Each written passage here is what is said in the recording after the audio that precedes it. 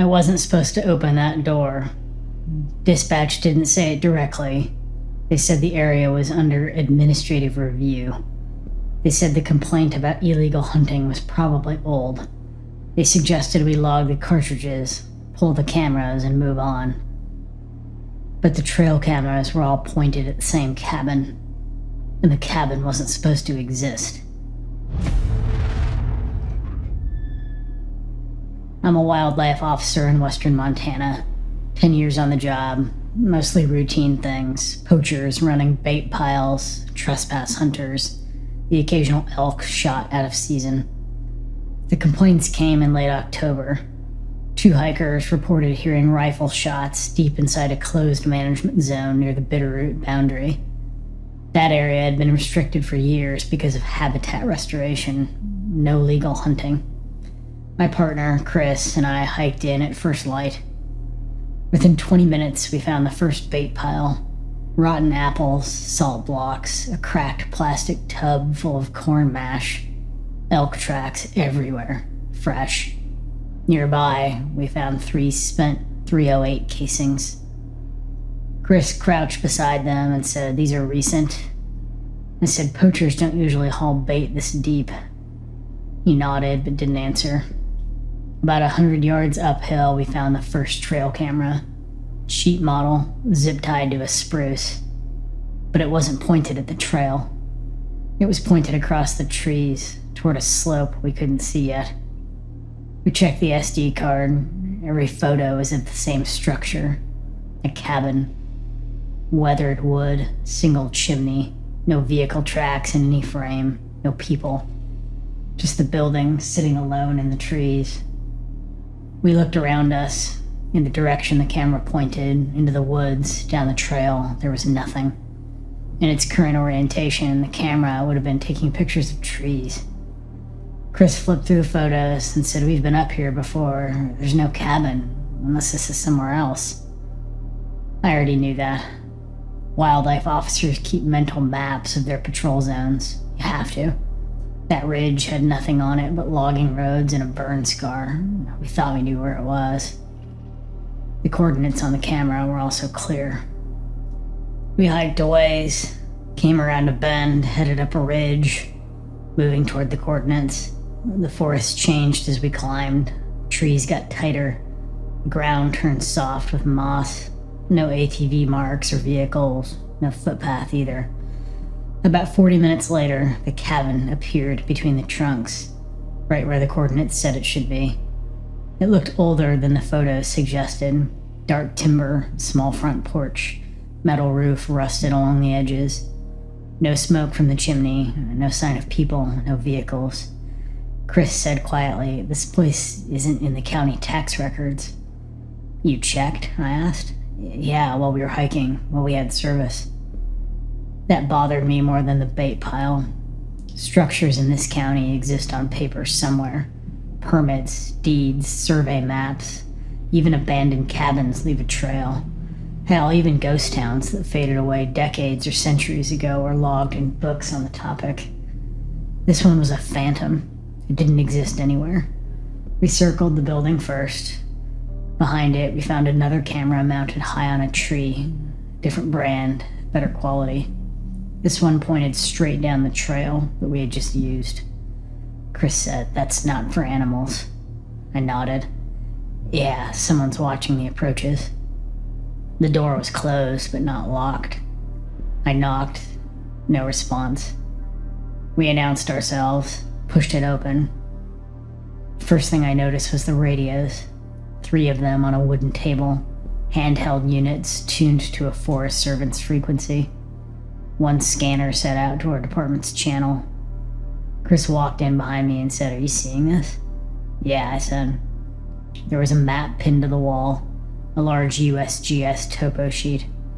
Red marker lines traced patrol routes, our patrol routes, not just general areas, specific loops we used during hunting season. Chris stepped closer.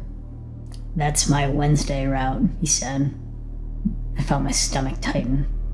The room smelled stale, not rotten, just unused. But there were signs of activity, plenty of them. Boot prints in the dust, recent.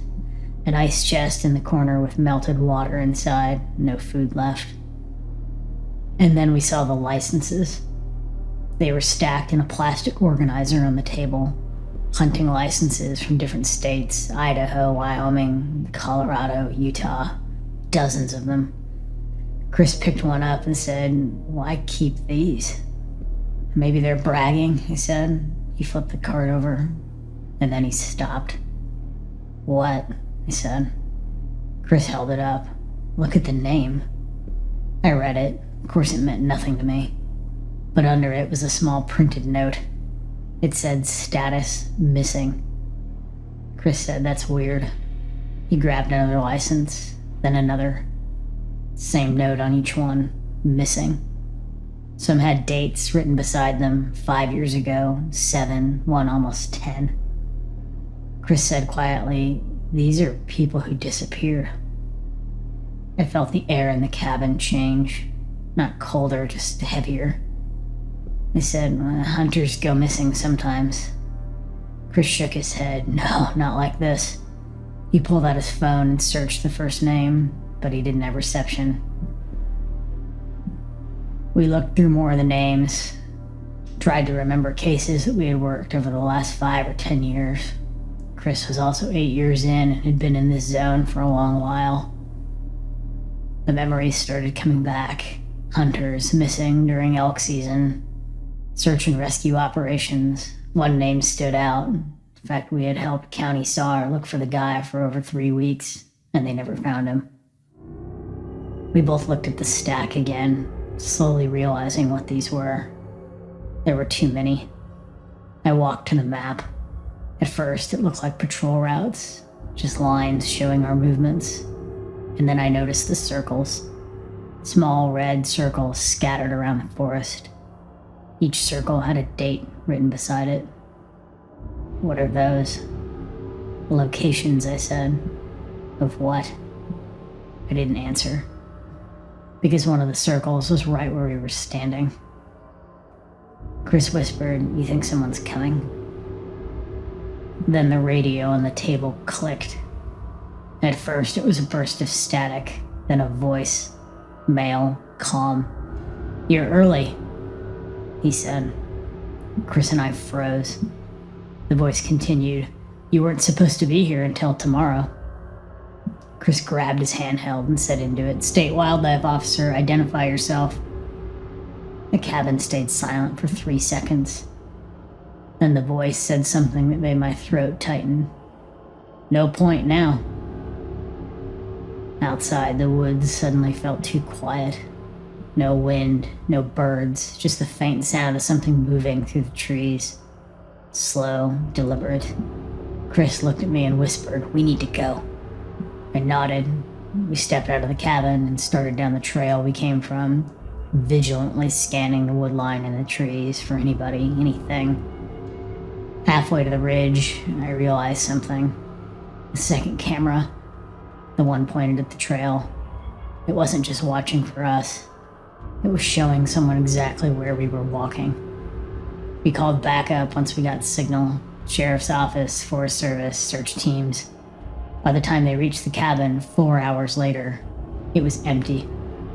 Radio's gone, license is gone, the map gone, cleared out. The bait piles had been cleared, like the whole thing never existed. But the trail cameras that we collected still had the photos, and one of them had captured something none of us had noticed earlier. What looked like a figure or shape standing behind the cabin. It's hard to make it out.